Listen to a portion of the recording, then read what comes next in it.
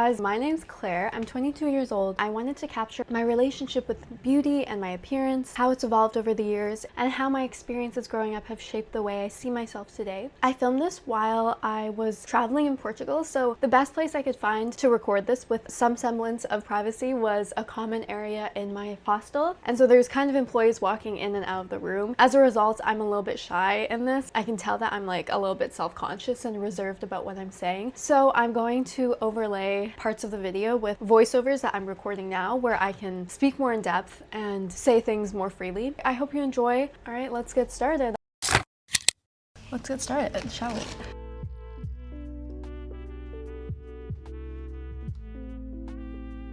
So I'm starting off with some SPF because we're in Lisbon, baby. Let me show you the view we're working with right now. Like, hello? I'm going to start by using this primer. Also, I'm gonna be wearing my glasses because I cannot see otherwise. I'll start off by talking about my roots as a... I grew up in a predominantly white town. I grew up in the city of Red Deer, which is midway between Calgary and Edmonton in Alberta. I was one of a handful of colored students at my elementary school. All of my friends, everybody in my immediate circle, they were all white. And this really impacted the way I saw myself. I viewed myself as sort of a side character in the lives of my friends. I'm gonna go in with this SPF CC cream. I actually had so many cases of having this sort of side character plot where even in elementary school, core memory, I had this beautiful friend. Her name was Starlise. How can you not be beautiful with a name like that? One of my first memories ever was she had a crush on this guy named Evan. He liked her back. I felt like an outsider in the way that I was observing this unfold from the ripe age of like 5. I was also playing a role in that I was like encouraging Starlise and I was like, girl, you go get him, like he likes you. And he gave her a sticky gem that he found off the floor, and that was basically my childhood, was watching my very pretty friends be sought after. And that continued all the way into middle school, into the first couple of years of high school. The point of this story was to kind of express how from a very young age I had filled in this role that I had created for myself as a supporting character. And so those experiences reinforced this belief that I would always be an observer of this world I couldn't quite break into. I'm realizing now, and I hate that so much of my journey with beauty and beauty standards are tied to male validation. I hate that that's the case. I'm sorry, I know this is a bit awkward. I think I sort of came to terms with that role. When I was younger, like kind of assumed I never would be in the action of something exciting.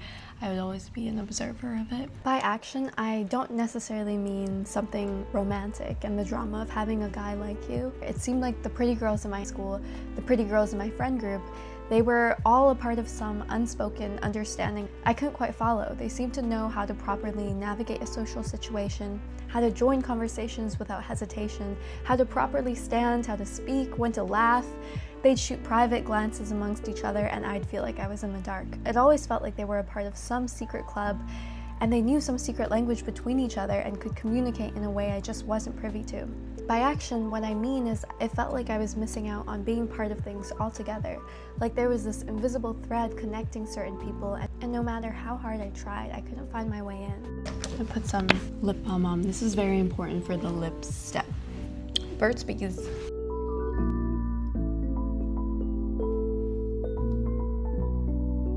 one of my friends told me as like a compliment that her sister saw me in jazz band, and she said that she admired how confident I was to be able to show up to class in pajamas, which is basically what I wore every day, was either sweatpants or pajamas.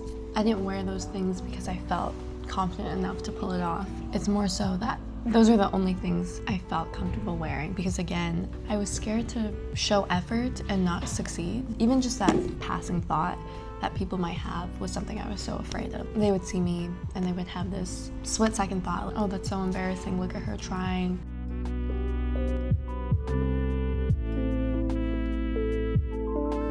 And I think this played a lot into the internalized racism that I developed growing up in the Chinese community. People actually thought I was really pretty. All the hiiis tell my mom, oh, she's so pretty, which I'm sure they were doing for every daughter. I didn't really reason with myself that maybe that was because the Chinese community had different standards than the white community, and we were just comparing two completely different faces composed of different features. It just kind of built this narrative in my head where I was like, oh, like I'm pretty in the Chinese community and I'm not pretty at school, which must mean that white people are just prettier in general and they have higher standards. In middle school, my friends and I were at the pool for Toonie Tuesdays, and we were sitting in the hot tub, and we played this game where we listed who we thought was the prettiest in this friend group. I remember going around in a circle and my name still hadn't been listed yet until like the last person, who then listed my name, and I think she did that more out of pity. It kind of just reinforced this belief that I didn't feel pretty enough amongst my friends. I remember we also went around and we gave each other compliments on specific features we thought were beautiful about each other, which the intentions behind this were sweet, I think, but I remember not really feeling satisfied with the compliments that I had gotten, which were about the evenness of my skin and my long neck. I didn't really feel satisfied with these traits because they didn't seem to carry the weight of the other features that were getting tossed around. They didn't seem like the kind of features that mattered. I remember someone's nose got complimented for being really small and narrow, and someone else got complimented for having large eyes framed by long eyelashes, and someone else for their full lips. These were all features I couldn't quite recognize in my own face, and in hindsight, it's easy to see that these features reflected the Eurocentric ideal of beauty. I guess it just shows how deeply this standard had seeped into how we saw each other and how we saw ourselves at 13 years old.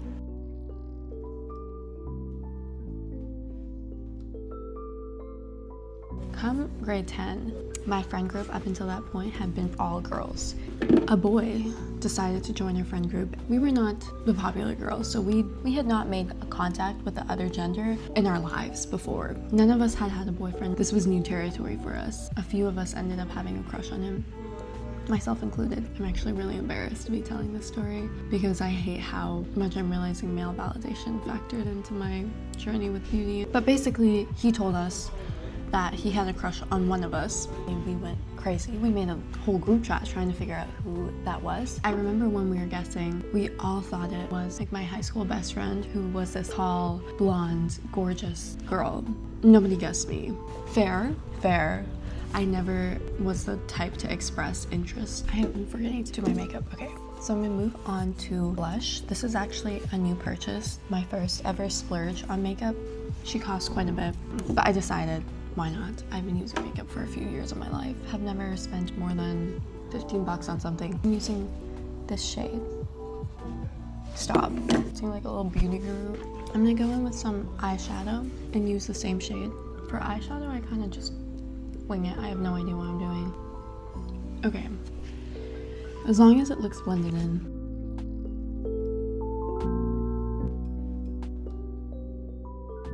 I remember that was the first time I really thought to myself that this outside world that I viewed as, you know, the real world that dictated the real beauty standards, that was the first time I felt like I might be considered attractive under those standards. I know this sounds very problematic, a lot of the views I had, but I was just a 14-year-old girl and somebody who was a part of this world that I never felt like I could be something in told me I was. Unfortunately, that really meant a lot to me. I wanted to talk more about how I perceived the white world to be the real world, because I think it's interesting that I made that distinction growing up. It was this world, the one that my classmates, my friends, my swim team existed in, that defined what was beautiful, what was cool, and what was successful to me. While in contrast, the Chinese community, my family friends, other Chinese kids I knew felt separate, almost like an insulated bubble that didn't carry the same kind of influence.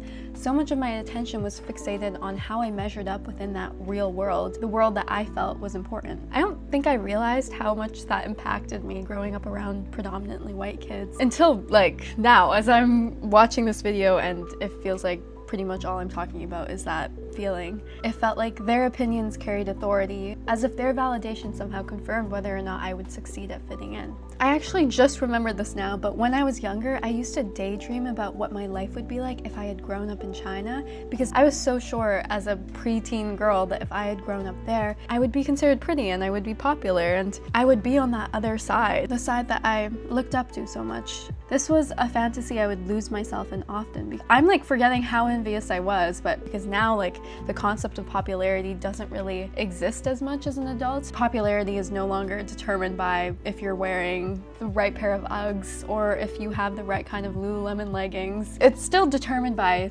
certain things now, but those things I feel are more controllable than what they were as a kid.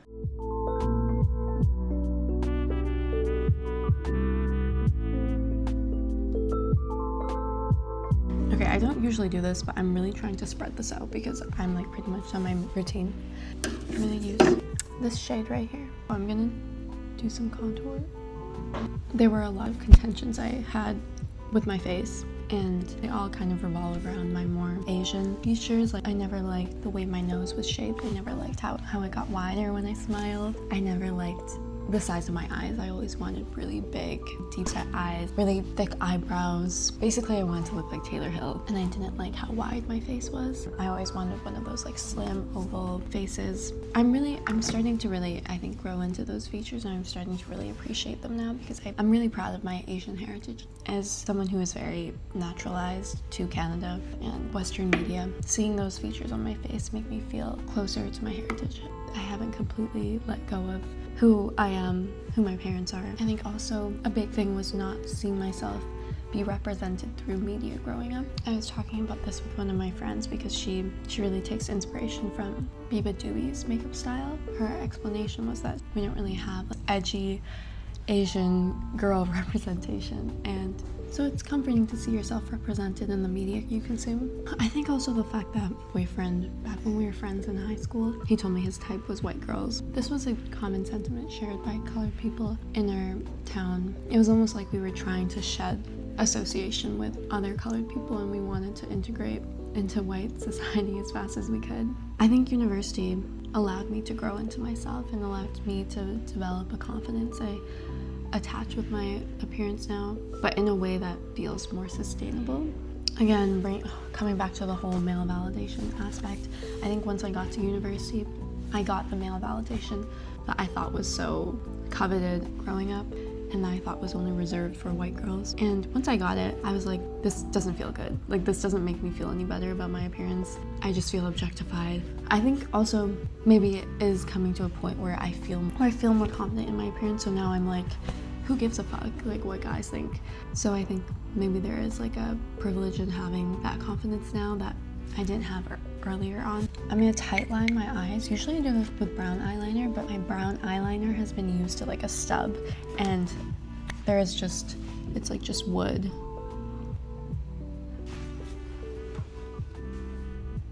And then afterwards I go in with a liquid eyeliner. Girl, why do I have two wings?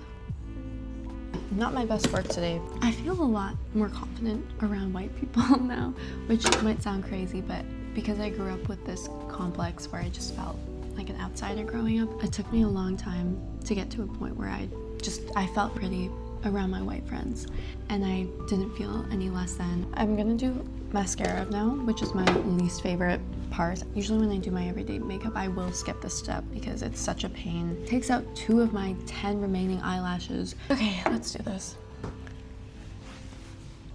Okay, for eyebrows, I go in with the same mascara and just like comb them up a little bit. I focus on this section. I honestly don't do anything with my forehead because it's covered by my bangs, so I'm like, that's real estate I don't have to take care of.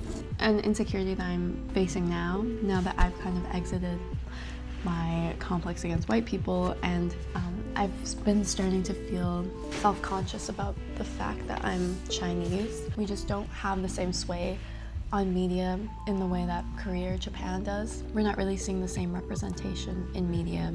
Honestly, when I'm feeling this way, I kind of just think about all the friends I have that are Chinese and how beautiful their features are, and I kind of use that as a way to dispel this really an illogical conception, like this belief that Chinese people are the least attractive ethnicity, because look how beautiful my friends are, look how beautiful their distinct Asian features are. I'm gonna go in with my last step, brown lip liner. Honestly, for lips, I don't do much. I just use lip liner and I blend it out with that Burt's Bees that I previously applied. And then I just blend that in. And I kind of like the shade it aggregates to with my natural lip shade.